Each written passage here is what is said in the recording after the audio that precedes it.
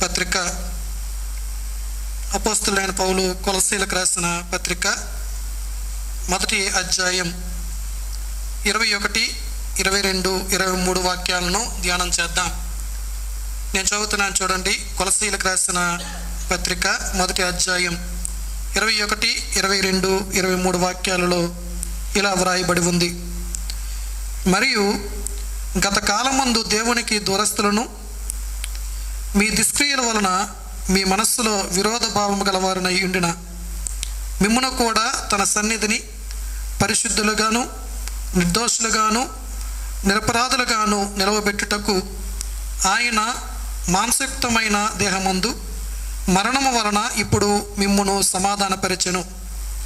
పునాది మీద కట్టబడిన వారై స్థిరముగా ఉండి మీరు విన్నట్టియు ఆకాశము కింద ఉన్న సమస్త సృష్టికి ప్రకటించబడినట్టు ఈ సువార్త వలన కలుగు నిరీక్షణ నుండి తొలగిపోక విశ్వాసమందు నిలిచియుండిన ఎడల ఇది మీకు కలుగును.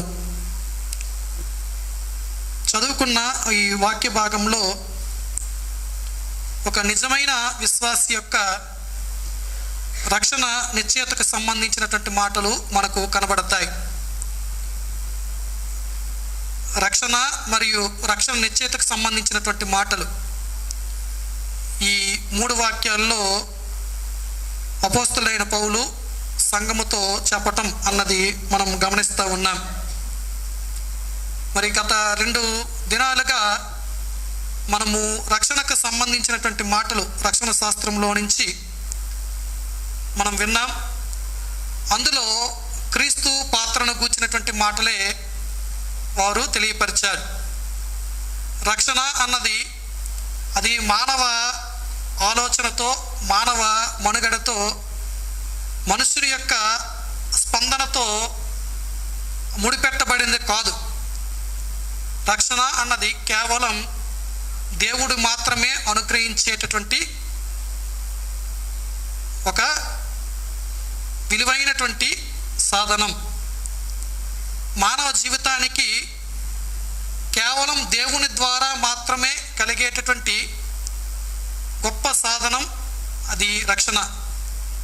ఈ రక్షణ అనే విషయంలో మనుష్యులమైనటువంటి మనము మన అంగీకారమో మన ప్రణాళికో మన ఆలోచనో మన నడవడికో ఏదో ఉంది అని చెప్పి దానిని బట్టి నేను రక్షించబడ్డాను అని అంటే అది పొరపాటే అన్న విషయాలు కూడా మనకు నేర్పించబడ్డాయి.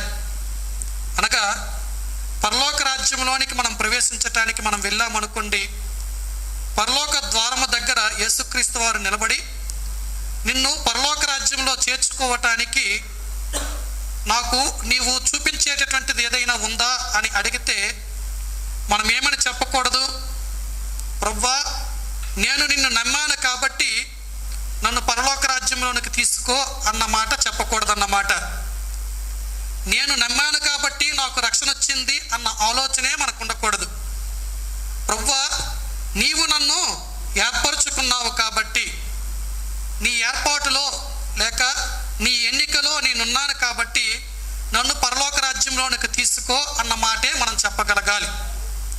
అండి, రక్షణ అన్నది కేవలం దేవుని ఏర్పాటు చేత లేక దేవుని నిర్ణయం చేత మనుషులకు కలిగేటటువంటి ఒక గొప్ప వరం అన్నమాట.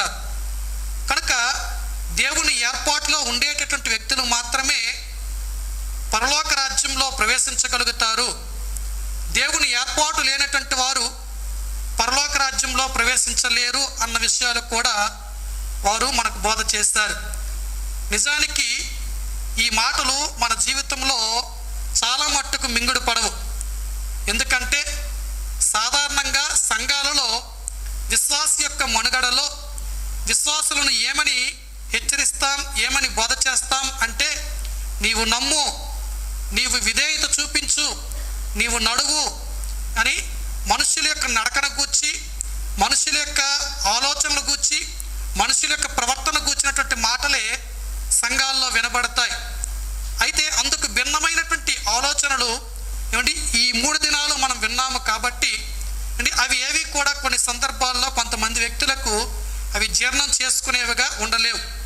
ఇప్పుడు ఇప్పుడు బావగారు చెప్పినట్లుగా సంఘంలో విశ్వాసి జీవించటానికి, విశ్వాసి ఫలించటానికి అవసరమైనటువంటి మాటలు వినబడతాయి కాబట్టి అవి బయటికి కనబడతాయి. అయితే దానికి పునాది ఏంటి అంటే ఈ రక్షణ శాస్త్రంలో వారు చెప్పినటువంటి విలువైనటువంటి మాటలే.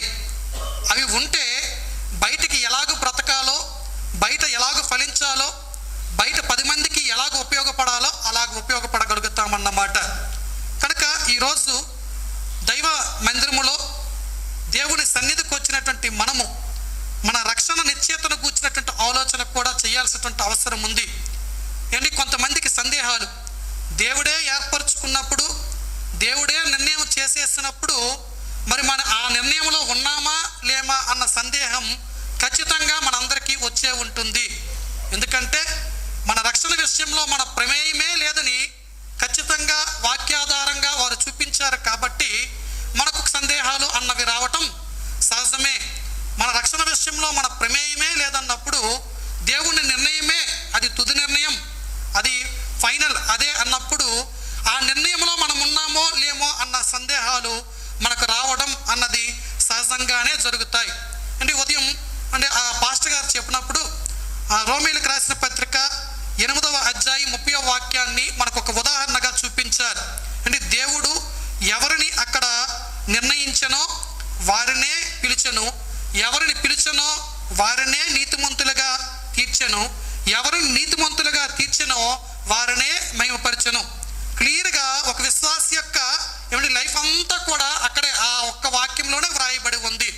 అంటే ఒకటి నిర్ణయం జరిగింది, ఆ నిర్ణయానికి అనుగుణంగానే యేసుక్రీస్తు వారు లోకానికి వచ్చారు, ఆ నిర్ణయానికి అనుగుణంగానే లోకంలో ఉండేటటువంటి వారిని దేవుడు పిలిచాడు, ఆ పిలుపుకు అనుకూలంగానే దేవుడు నీతిమంతులుగా వారిని చేశాడు, ఆ నీతికి అనుకూలంగానే వారిని మహిమపరచడానికి దేవుడు సిద్ధపరిచాడన్నమాట.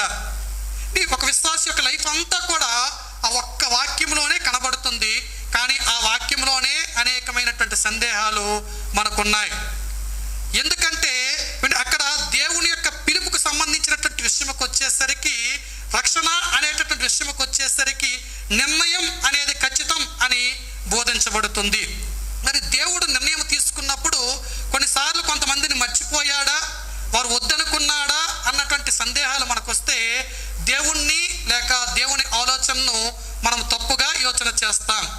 అంటే దేవుడు నిర్ణయం తీసుకునేటటువంటి సమయంలో సృష్టి ఉందా అంటే సృష్టి లేదు, మనుషులమైన మనమున్నామా అంటే మనము లేము. సృష్టి సృజించక మునిపే, మనుషులమైనటువంటి మనము కలుగక మునిపే, ఏంటి సృష్టిలో ఏది కూడా దేవుని చేత నిర్మించబడక మునిపే నిర్ణయాలు అన్నవి జరిగిపోయాయి. దేవుడు నిర్ణయం తీసుకున్నప్పుడు దేవుడు ఆ సమయానికి సంబంధించినటువంటి నిర్ణయం తీసుకునేవాడు కాదు, దేవుడు మనుష్యుల వంటి వాడు కాదు. మనము ఒకవేళ నిర్ణయం తీసుకోవాల్సి వస్తే మన భవిష్యత్తుకు సంబంధించినటువంటి నిర్ణయాలలో మనం ఖచ్చితంగా నేను పలానా రోజు పలానా లాగా బ్రతకగలను అని మనం చెప్పలేం, కానీ దేవుడు చెప్పగలడు. అందుకే ఆయన దేవుడు అయ్యాడు. అంటే మనము నిన్న జరిగిన దానిని మరలా మనం ముందుకు తీసుకురాలేము, రేపు జరగబోయే దాన్ని కూడా ఇప్పుడు మనం మన కళతో మనం చూడలేము. మనము చూసేదంతా ఏంటంటే ఇప్పుడు జరుగుతున్నది మాత్రమే మనం చూడగలం. ఇది మన శక్తి. కనుక ఇటువంటి శక్తి కలిగినటువంటి మనము అపరిమితమైనటువంటి దేవుని జ్ఞానాన్ని అర్థం చేసుకోవటానికి మనము సరిపోము అన్న విషయాన్ని కూడా మన మనస్సులో పెట్టుకోవాలి. దానియేలుతో దేవుడు మాట్లాడుతూ ఉన్నప్పుడు దానియేలుకు దేవుడు అనేక సంగతులను చెప్పేశాడు.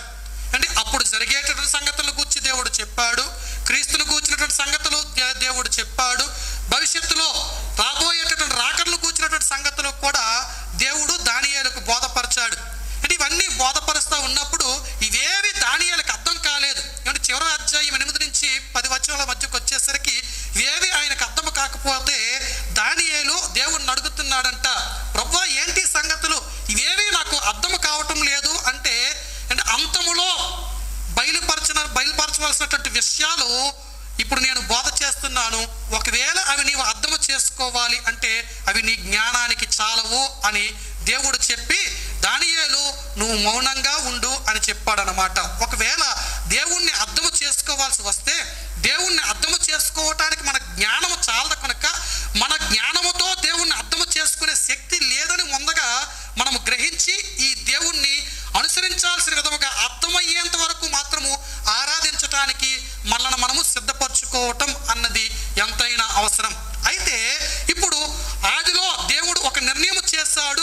అన్నాం. అప్పుడు సృష్టికి ఆరంభము కాలేదు అండి.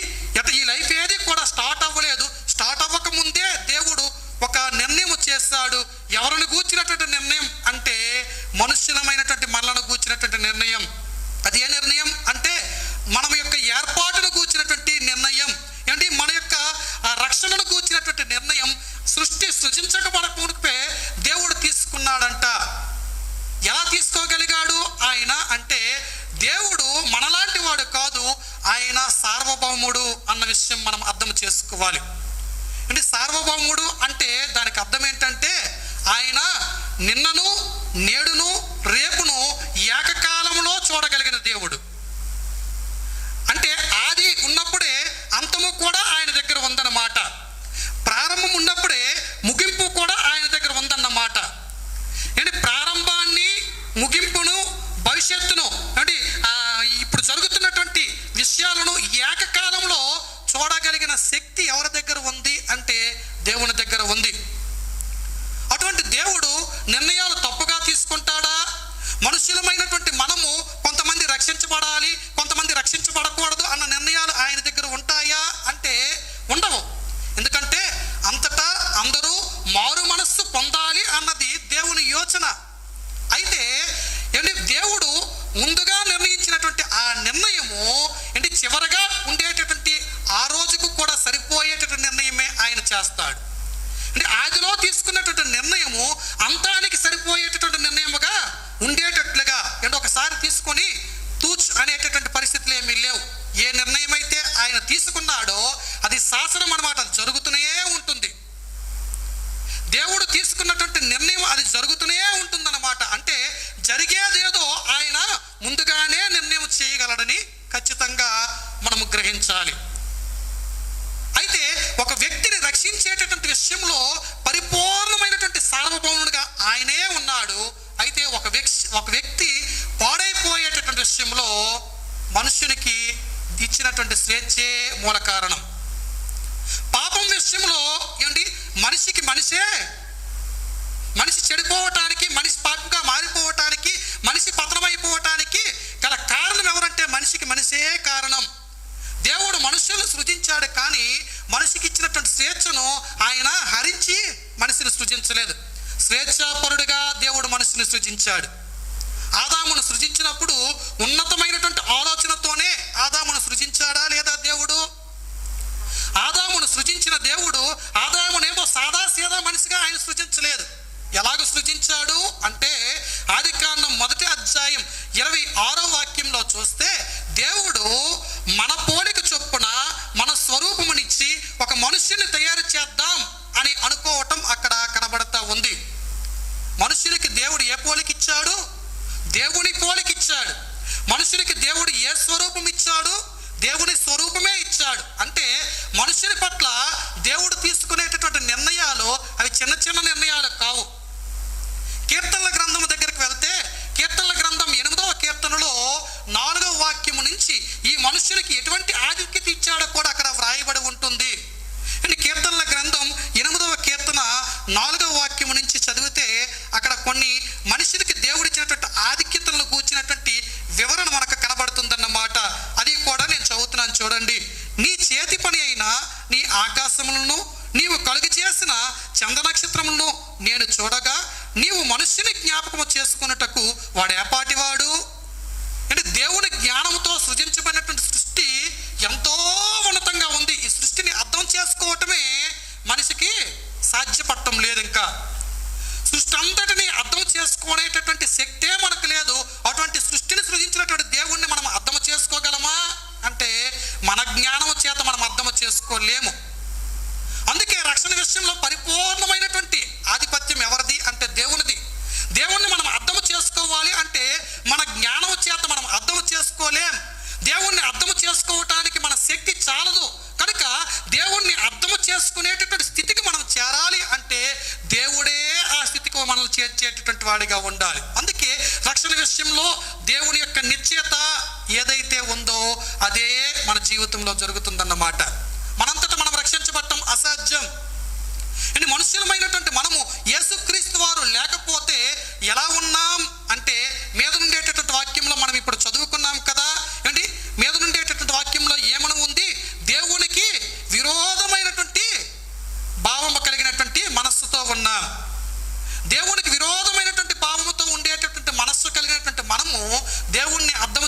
చేసుకోవటం పూర్తిగా అసాధ్యమే.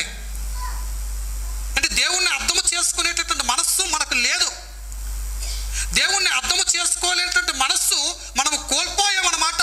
ఎప్పుడు అర్థము చేసుకునే మనస్సు మనకు ఉండేది అంటే దేవుడు మనల్ని సృజించినప్పుడు దేవుణ్ణి అర్థము చేసుకునే మనస్సు మనకు ఉండేది. దేవుని గొప్పతనాన్ని, దేవుని శక్తిని, దేవుని సామర్థ్యాన్ని కూర్చున్నటువంటి ఆలోచన, జ్ఞానం అనేది మనుషులకి ఇచ్చే దేవుడు సృజించాడు. కాకపోతే మనుష్యుడు తన అవిధేయత మూలంగా దేవుడిచ్చినటువంటి జ్ఞానాన్ని కోల్పోయి అంధకారములోనికి వెళ్ళిపోయాడు.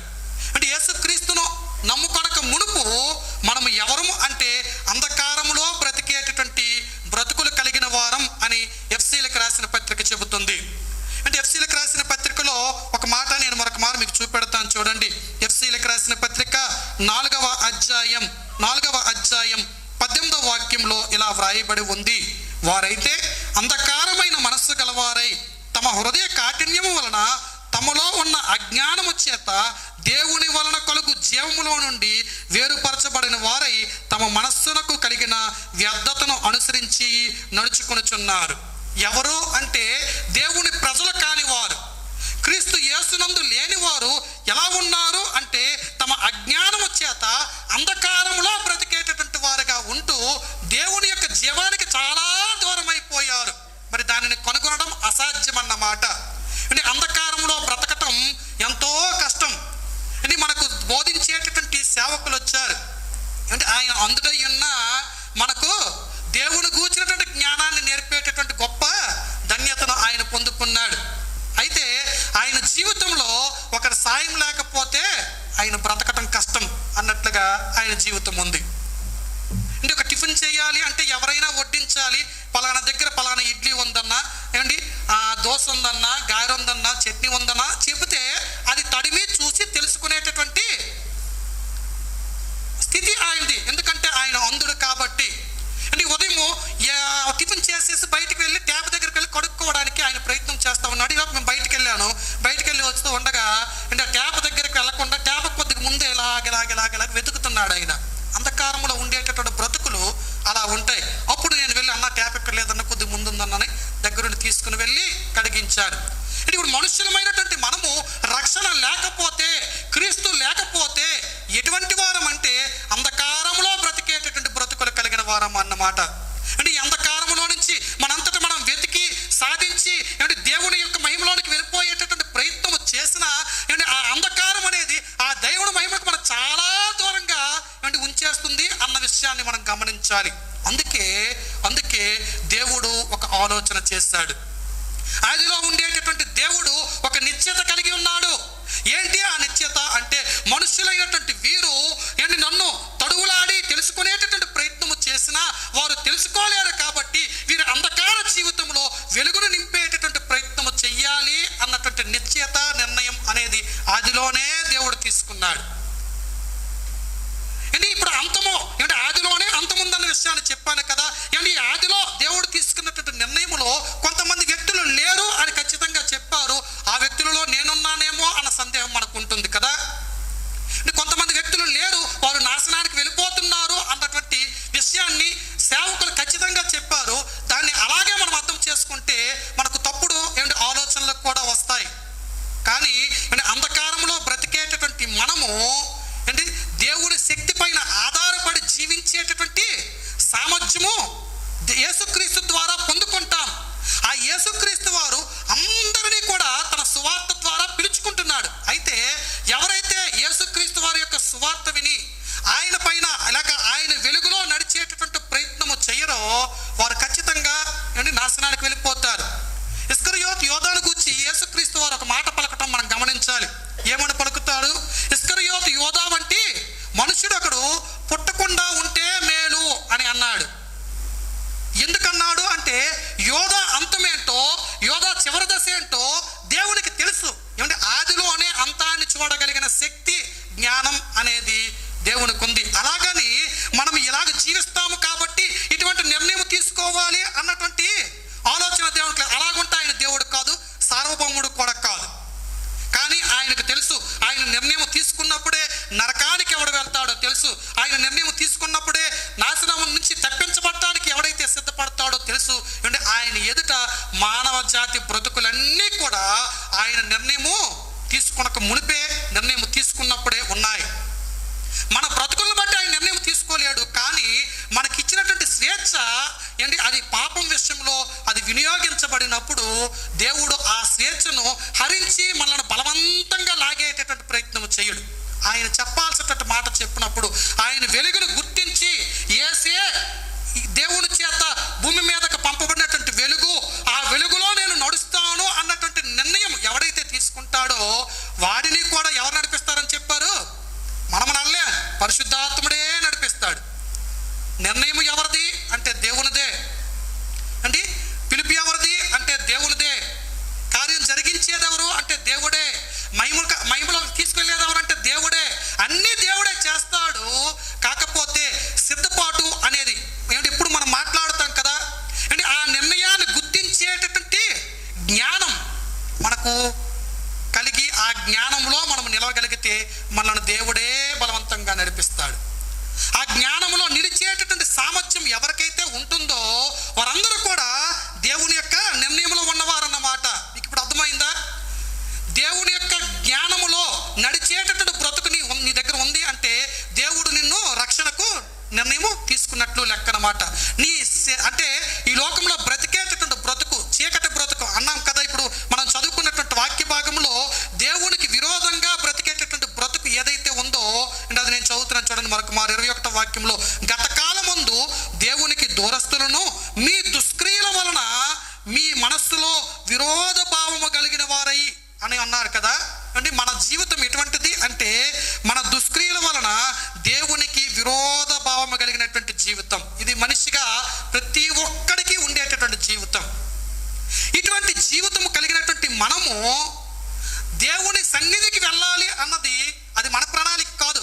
మీద ఉండేటటువంటి వాక్యంలో చూస్తే అంటే 21వ వాక్యం 20వ వాక్యం ముగింపుకు వచ్చేసరికి భూమి మీద ఉన్నవి పరలోకమందు ఉన్నవైనను అంటే ఆయన ద్వారా సమాధాన పరుచుకొనవలనని తండ్రికి అభిష్టమాయను అని ఉంది.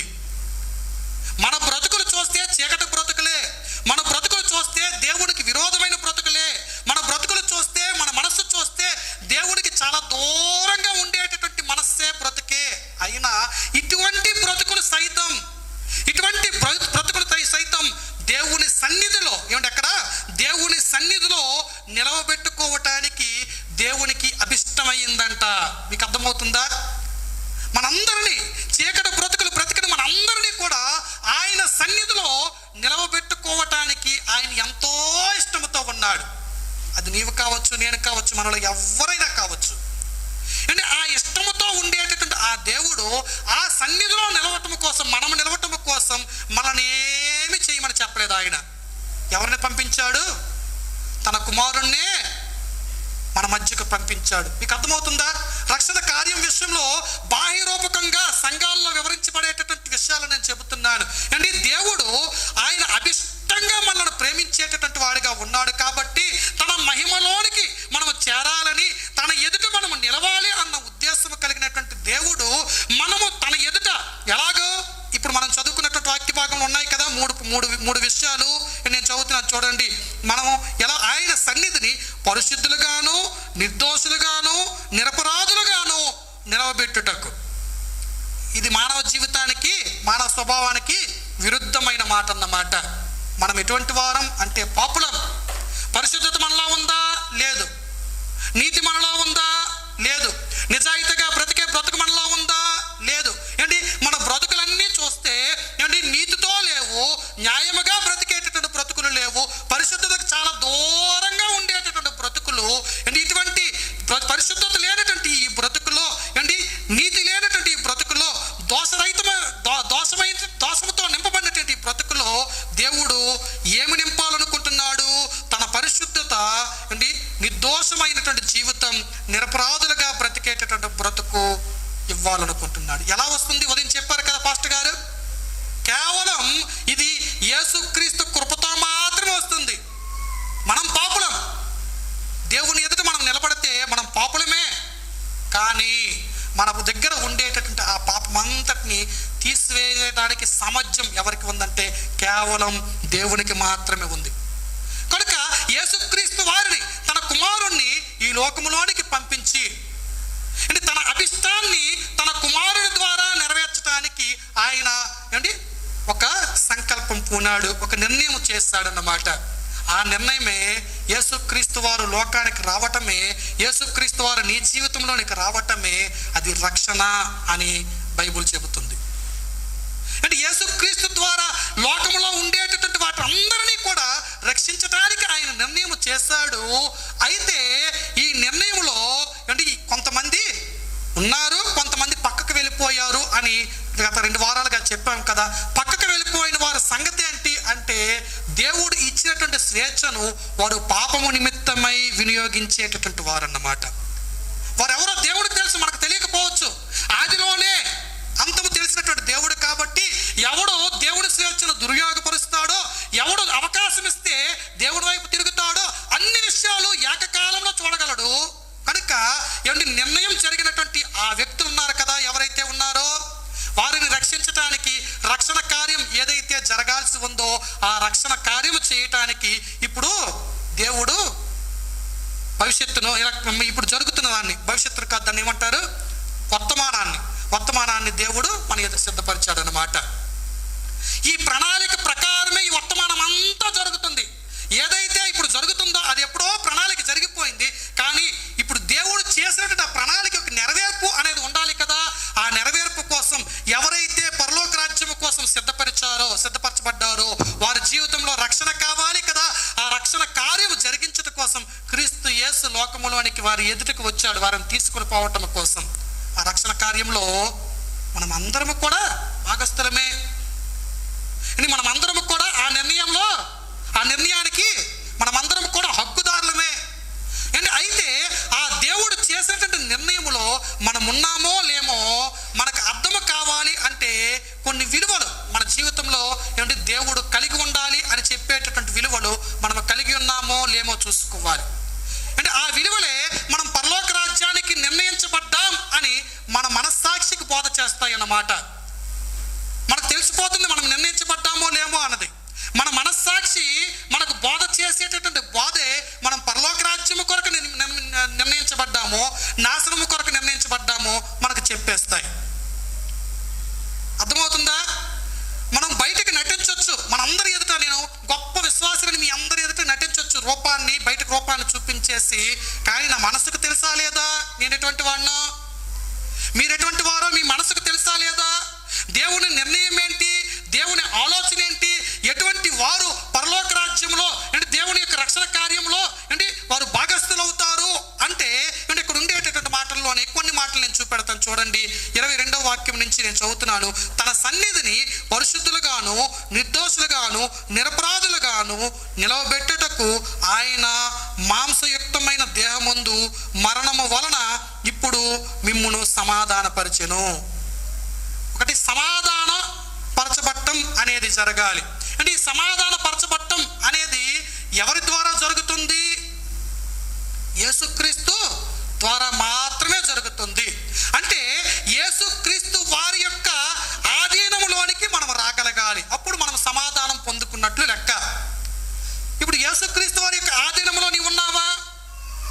యేసుక్రీస్తు వారి యొక్క ఆధీనంలో ఉండటం అంటే ఏంటంటే నీ ఆలోచన ఏదైతే ఉందో అది యేసుక్రీస్తుకు నచ్చే ఆలోచన ఉండాలి. ఆయన ఆధీనంలో ఉండేవాడు అంటే ఆయన ఆధీనము కింద ఉండేటటువంటి వాడు యేసుక్రీస్తు చేసేటటువంటి ఆలోచనలే చేస్తాడన్నమాట. యేసుక్రీస్తు తీసుకున్న నిర్ణయాలకు కట్టుబడి బ్రతుకుతాడన్నమాట. అది యేసుక్రీస్తు వారి యొక్క ఆధీనంలోనికి రావటం అంటే. యేసుక్రీస్తు వారి యొక్క ఆధీనంలోనికి నీవు వస్తే నీవు పూర్వము దేవునికి విరోధిగా ఉన్నావు కదా, నీ మనస్సు దేవునికి చాలా దూరంగా ఉంది కదా, నీ క్రియల మూలంగా నీవు అంధత్వంలో ఉన్నావు కదా.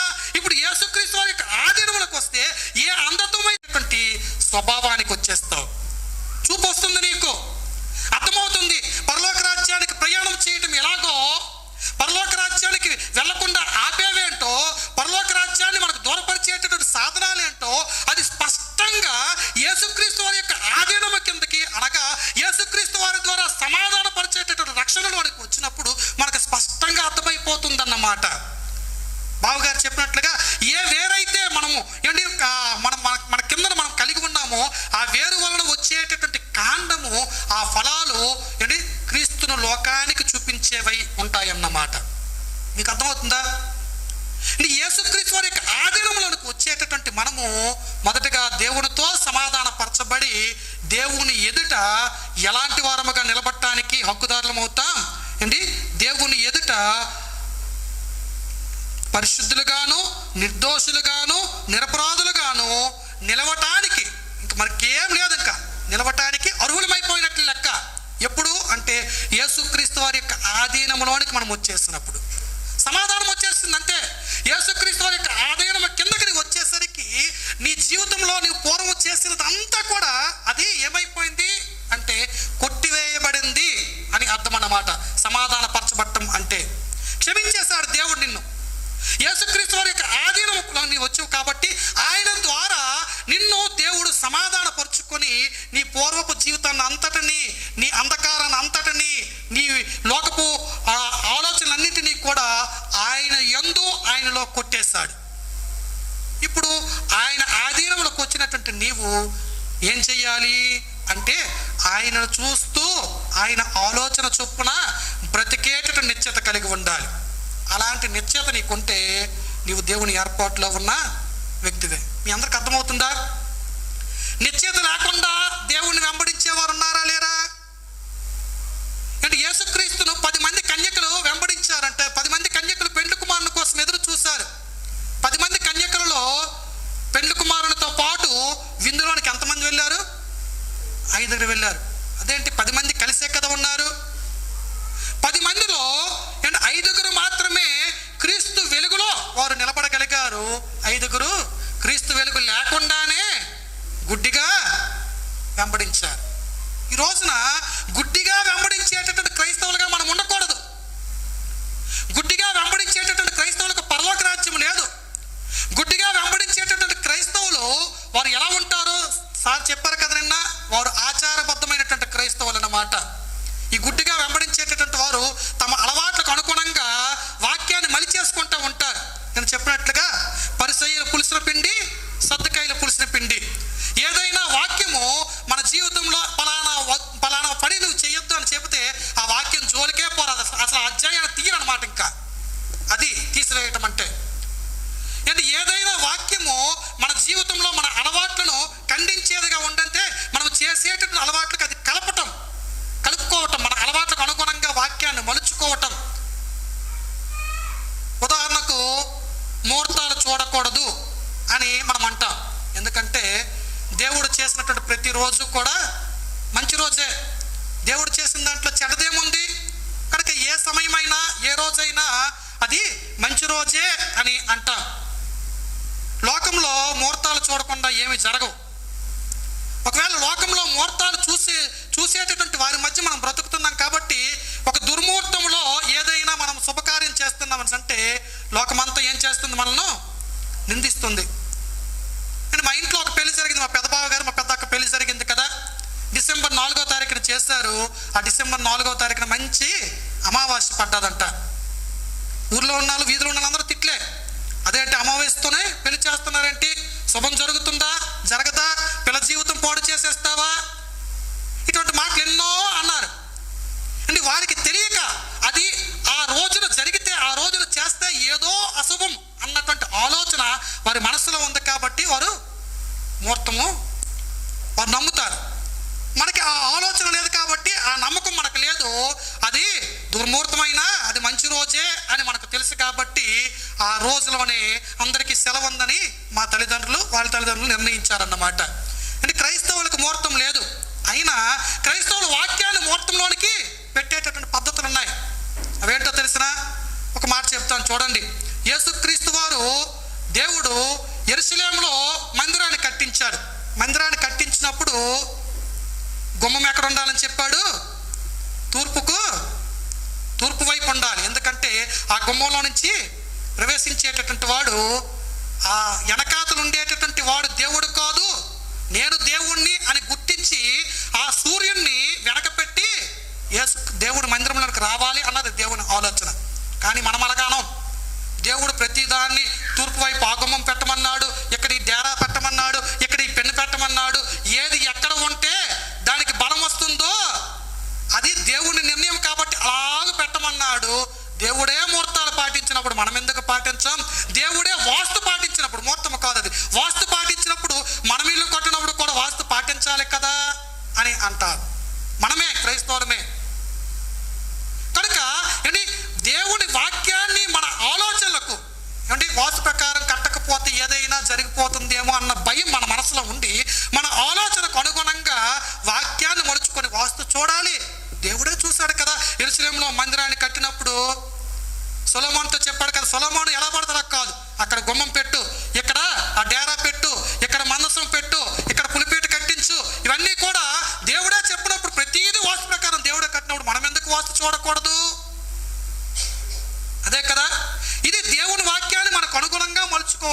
మాట.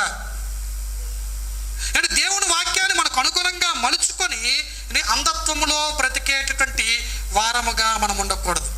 దేవుని వాక్యము ఇక్కడ కింద ఉండేటటువంటి ఆ మాటలు మరొకసారి అది కూడా చదివేస్తాను చూడండి. మనం ఎలా బ్రతకాలంట? క్రీస్తు యేసు యొక్క ఆధీనంలోకి వచ్చిన వారు సమాధాన పరచబడతారు కదా. సమాధాన పరచబడిన తర్వాత వెలుగులో మన బ్రతుకులు ఎలా ఉండాలో కింద ఉండేటటువంటి మాటలు ఇక్కడ నేను చదివి వినిపిస్తాను చూడండి. 23వ వాక్యంలో, పునాది మీద కట్టబడిన వారై స్థిరముగా ఉండి మీరు విన్నట్టు ఆకాశము కింద ఉన్న సమస్త సృష్టికి ప్రకటించబడినట్టు ఈ సువార్త వలన కలుగు నిరీక్షణ నుండి తొలగిపోక విశ్వాసమందు నిలిచి ఉండిన ఎడల ఇది మీకు కలుగును. ఏది మీకు కలుగును? దేంతో ప్రారంభించాడు అంటే దైవ తన సన్నిధిని అని ప్రారంభించి మీకు కలుగును అని ముగించాడు. దైవ సన్నిధి మనకు కలగాలి అంటే దైవ సన్నిధికి వెళ్ళేటటువంటి మార్గం అన్నమాట.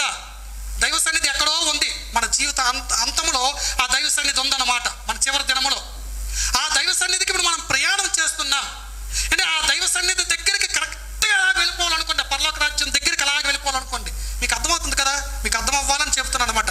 ఆ పరలోక రాజ్యం దగ్గరికి అలాగ వెళ్ళిపోవాలి. ఎలాగా అంటే యేసుక్రీస్తు ఆధీనము కిందకు వచ్చినప్పుడు ఎలాగైతే ఉన్నామో, నీతిమంతులముగా పరిశుద్ధులముగా నిందారహితముగా ఎలాగైతే ఉన్నామో అలాగే ఆ దైవ సన్నిధికి అలాగ వెళ్ళిపోయి దేవుని అలాగ నిలబడాలనుకోండి. మనం ఏం చెయ్యాలంట? అలాగ నిలబడటం కోసం మీరు విన్నట్టు ఏంటి ఆకాశము కింద సమస్త సృష్టికి ప్రకటించబడినట్టు ఈ సువార్త వలన మీరు కలుగు నిరీక్షణ విశ్వాసం పైన మీరు నిలిచి ఉండండి. ఎక్కడ నిలబడాలి మనము? నిరీక్షణ. యేసుక్రీస్తు నన్ను రక్షించాడు, యేసుక్రీస్తు నా కోసం పరలోక రాజ్యాన్ని నిర్ణయించాడు, ఇది నిరీక్షణ. యేసుక్రీస్తు నా కోసం వచ్చాడు, యేసుక్రీస్తు ఆధీనము కింద నేనున్నాను, ఇది విశ్వాసం. అంటే ఈ రెండు కూడా మన జీవితంలో నిలవాలి అంటే దానికి బేస్మెంట్ ఏంటంట? మీకు ప్రకటించబడినట్టు, మీరు విన్నట్టు సువార్త ఏదైతే ఉందో ఆ సువార్త మీద, ఆ పునాది మీద మీ జీవితాలను స్థాపించుకోండి అంటున్నాడు. వాక్యం మీద స్థాపించబడిన జీవితానికి పరలోక రాజ్యం అన్నమాట. అర్థమైపోయింది కదా? ఏ వాక్యం అయితే మనం విన్నామో ఆ వాక్యం మీద మనం నిలబడి ఆ వాక్యానుసారంగా జీవించే జీవితం ఉంటే ఇప్పుడు మీకు అర్థమవుతుంది ఏంటంటే దేవుడు ఆదిలో నిర్ణయించినటువంటి ఆ రక్షణ నిర్ణయంలో నీవు ఉన్నట్లు లెక్క. ఒకవేళ ఆ వాక్యం మీద నిలబడేటటువంటి బ్రతుకులు మన దగ్గర లేవనుకోండి, దేవుడు వాక్యము మీద నిన్ను కట్టాలని అంటే వాక్యము మీద నిలబడిన వాడే క్రీస్తు ఆధీనంలో ఉంటాడు. ఇంకొక వాక్యం అది ఆ మాట నేను చదువుతాను చూడండి. ఎఫ్సీలకు రాసిన పత్రికలోనే ఆ మాట కూడా ఉంటుంది, నేను చదివేస్తాను చూడండి. ఎఫ్సీలకు రాసిన పత్రిక 2వ అధ్యాయం 20వ వాక్యం. ఎఫ్సీలకు రాసిన పత్రిక 2వ అధ్యాయం 20వ వాక్యంలో ఇలా వ్రాయబడి ఉంది, క్రీస్తు యేసే ముఖ్యమైన మూలరాయి అయి ఉండగా అపోస్తలులు ప్రవక్తలు వేసిన పునాది మీద మీరు కట్టబడి ఉన్నారు. ఏంటి? క్రీస్తు యేసే ముఖ్యమైన మూలరాయి. ముఖ్యమైన మూలరాయి అంటే ఏంటో తెలుసు కదా మీకు? ఇల్లు కట్టడానికి ముందు ఒక గుమ్ము తీసి ఒక మూలన రాయి పెట్టేసి కొబ్బరికాయ కొట్టి ఏం చేస్తాం కదా, అదా ముఖ్యమైన మూలరాయి? అది కాదు. ముఖ్యమైన మూలరాయి అంటే పైకప్పు అన్నమాట.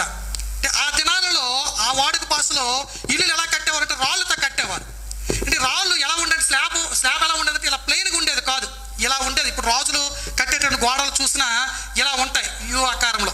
అంటే ఆ ముఖ్యమైనటువంటి మూల పై రాయి ఏదైతే ఉందో అది నిలబడడానికి అనుకువగా, అంటే ఎలాగైతే అది నిలబడటానికి అది పైన నిలబడటానికి ఏదైతే అనుకువగా ఉంటుందో దానికి అనుకువగా కింద ఉండేటటువంటి రాళ్ళను అలాగ నిర్మించుకుంటూ వస్తారు. అంతేనా? ఇప్పుడు స్లాబ్ ఉంది, మనం పునాది ఎందుకు వేస్తాం? పునాది ఎందుకు వేస్తామని అంటే ఈ పైన బరువు ఉంది కదా, ఆ బరువు మోయటానికి ఆ పునాది అవసరం. అంటే పైన ఎన్ని అంతస్తులు మనం కడితే కిందన అంత గట్టి పునాది మనం వేస్తాం, అంతే కదా? పైన ఉండేటటువంటి బరువును మోయటానికి అవసరమైన పునాది మనం వేసుకుంటాం. ఇప్పుడు క్రీస్తు యేసే ముఖ్యమైన మూలరాయి, క్రీస్తు యేసే పైన ఉండేటటువంటి ఆ స్లాబ్, దానిని మోయటానికి, ఆయన ఆధీనము కింద ఉండటానికి, ఆయన ఏర్పాటులో ఉన్నామన్న విషయం అర్థము కావటానికి దేవుడు చేసినటువంటి గొప్ప కార్యం ఏంటంటే అపోస్తలులు ప్రవక్తలు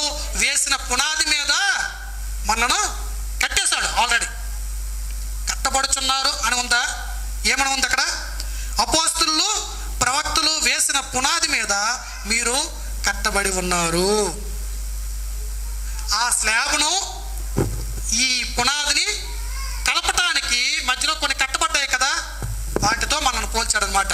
స్లాబ్ను మోయటానికి అవసరమైన పునాది ఏదంటే అపోస్తులు ప్రవక్తలు వేసింది. మీకు అర్థమవుతుందో? అపోస్తులు ప్రవక్తలు వేసిన పునాది అంటే ఏదో కాదు, లేదు పునాదులు ఏం తవ్వలేదు. అపోస్తులు వేసినటువంటి పునాది పాత నిబంధన అపోస్తులు వేసిన పునాది కొత్త నిబంధన గ్రంథం, ప్రవక్తలు వేసిన పునాది పాత నిబంధన గ్రంథం, బైబుల్. ఈ బైబుల్ ఉంటేనే క్రీస్తు మనకు అర్థమవుతాడు. ఈ బైబుల్ లేకపోతే క్రీస్తు మనకు అర్థమవుడు. ఈ బైబుల్ ఉంటేనే క్రీస్తుని మనం మోయగలుగుతాం. ఈ బైబుల్ లేకపోతే క్రీస్తుని మనం మోయలేం. మీకు అర్థమవుతుందా? కనుక ఇప్పుడు ఆ క్రీస్తు యేసును కలిగి ఆ క్రీస్తు యేసు ఇచ్చేటటువంటి ఆ నిత్యత్వం వరకు మనం వెళ్ళిపోవటం కోసం మనం ఏం చెయ్యాలి అంటే, ఏ సువార్త అయితే దేవుడు మన దగ్గరకు పంపించాడో, ఏ పునాది అయితే మనల్ని రక్షణలోనికి నడిపించడానికి దేవుడు మన ఎదుట వేశాడో, ఆ పునాది మీద కట్టబడే అనుభవం మన దగ్గర ఉండాలి. అది లేకపోతే మనకు రక్షణ లేదు. నిశ్చిత అర్థమైపోయిందా? దేవుని నిశ్చిత.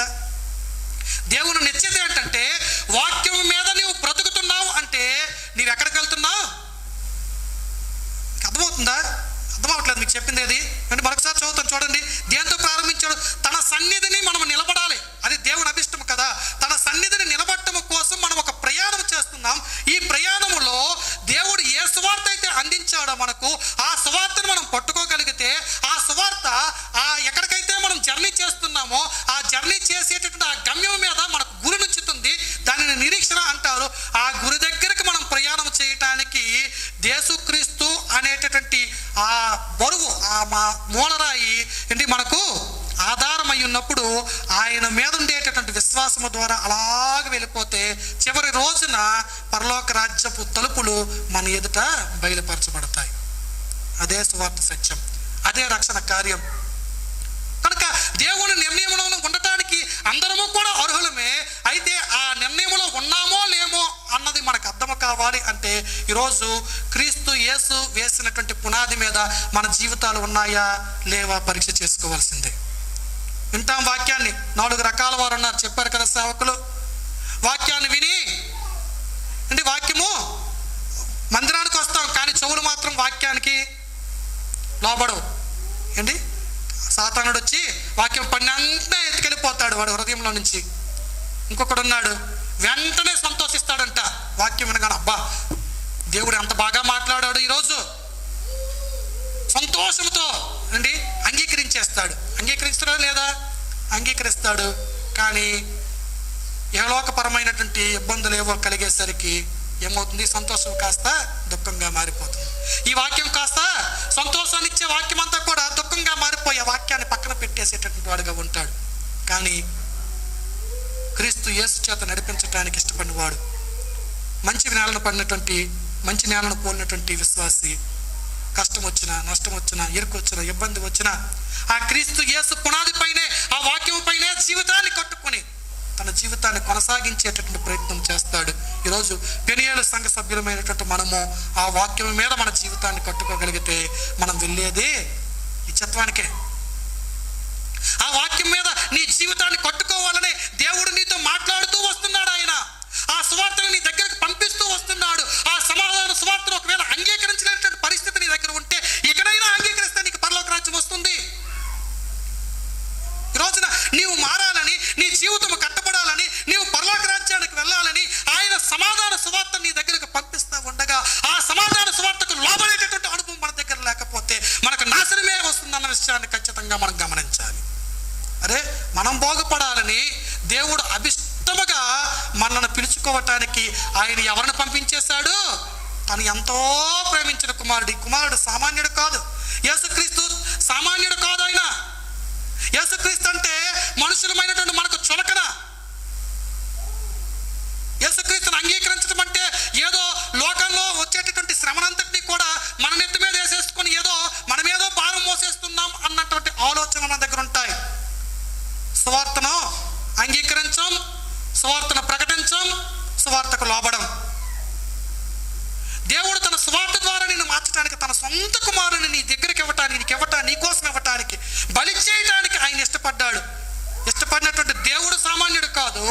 ఇష్టంగా నీ కోసం బలైపోయినటువంటి దేవుడు కూడా ఆయన సామాన్యుడు కాదు. ఆయన కూర్చున్నటువంటి మాటలు ఉన్నాయి కదా, మనం చదువుకున్నటువంటి కొలసీలకు రాసిన పత్రికలోనే ఆయన కూర్చున్నటువంటి మాటలు ఉన్నాయి. 15వ వాక్యం నుంచి చూస్తే, ఆయన అదృశ్య దేవుని స్వరూపి అయి సర్వ సృష్టికి ఆది సంభూతుడై ఉన్నాడు.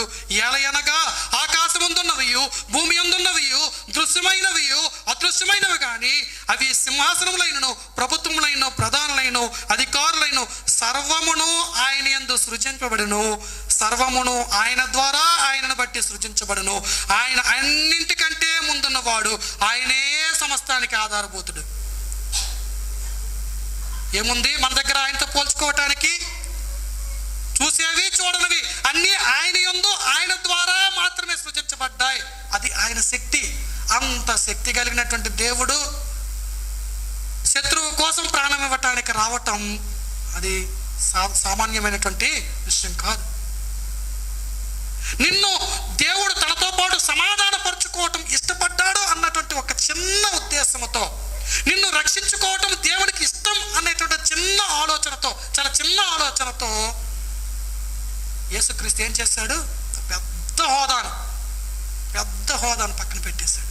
ఈ రోజున ఆ యేసుక్రీస్తును అంగీకరించడం కోసం, మనకు రక్షణ ఇచ్చే, మనల్ని పరలోక రాజ్యానికి నడిపించే ఆ యేసుక్రీస్తు ఆధీనంలోనికి మనం రావటం కోసం దేనినైనా వదులుకోగలుగుతున్నామా మనము? ఈ సువార్త మన దగ్గరకు వచ్చినప్పుడు ఈ సువార్తను అంగీకరించే మనసు మనకు ఎందుకు ఉండటం లేదో తెలిసిన? లోకములో మనకంటూ కొన్ని మనం ఏర్పాటు చేసేసుకున్నాం, కొన్ని పద్ధతులు, కొన్ని అలవాట్లు, కొంత చెడ్డ జీవితం, ఇదంతా కూడా మనకు అలవాటు అయిపోయింది. కనుక ఈ సమాధాన సువార్త మన దగ్గరకు వచ్చేసరికి ఆ సమాధాన సువార్తను విన్నట్లుగా విడిచిపెట్టేస్తున్నాం.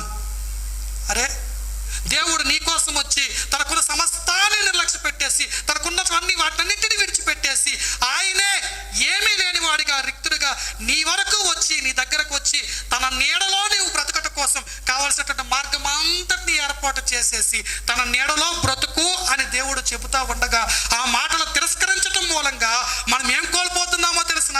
పొందుకోవాల్సిన నిత్యత్వాన్ని కోల్పోయి పొందుకోకూడని నరకంలోనికి వెళ్ళిపోతున్నాం. విషయాన్ని మనం గమనించాలి. ఇంత గొప్ప రక్షణను నిర్లక్ష్యము చేసిన ఎడల మనము ఎలాగ తప్పించుకుంటాం?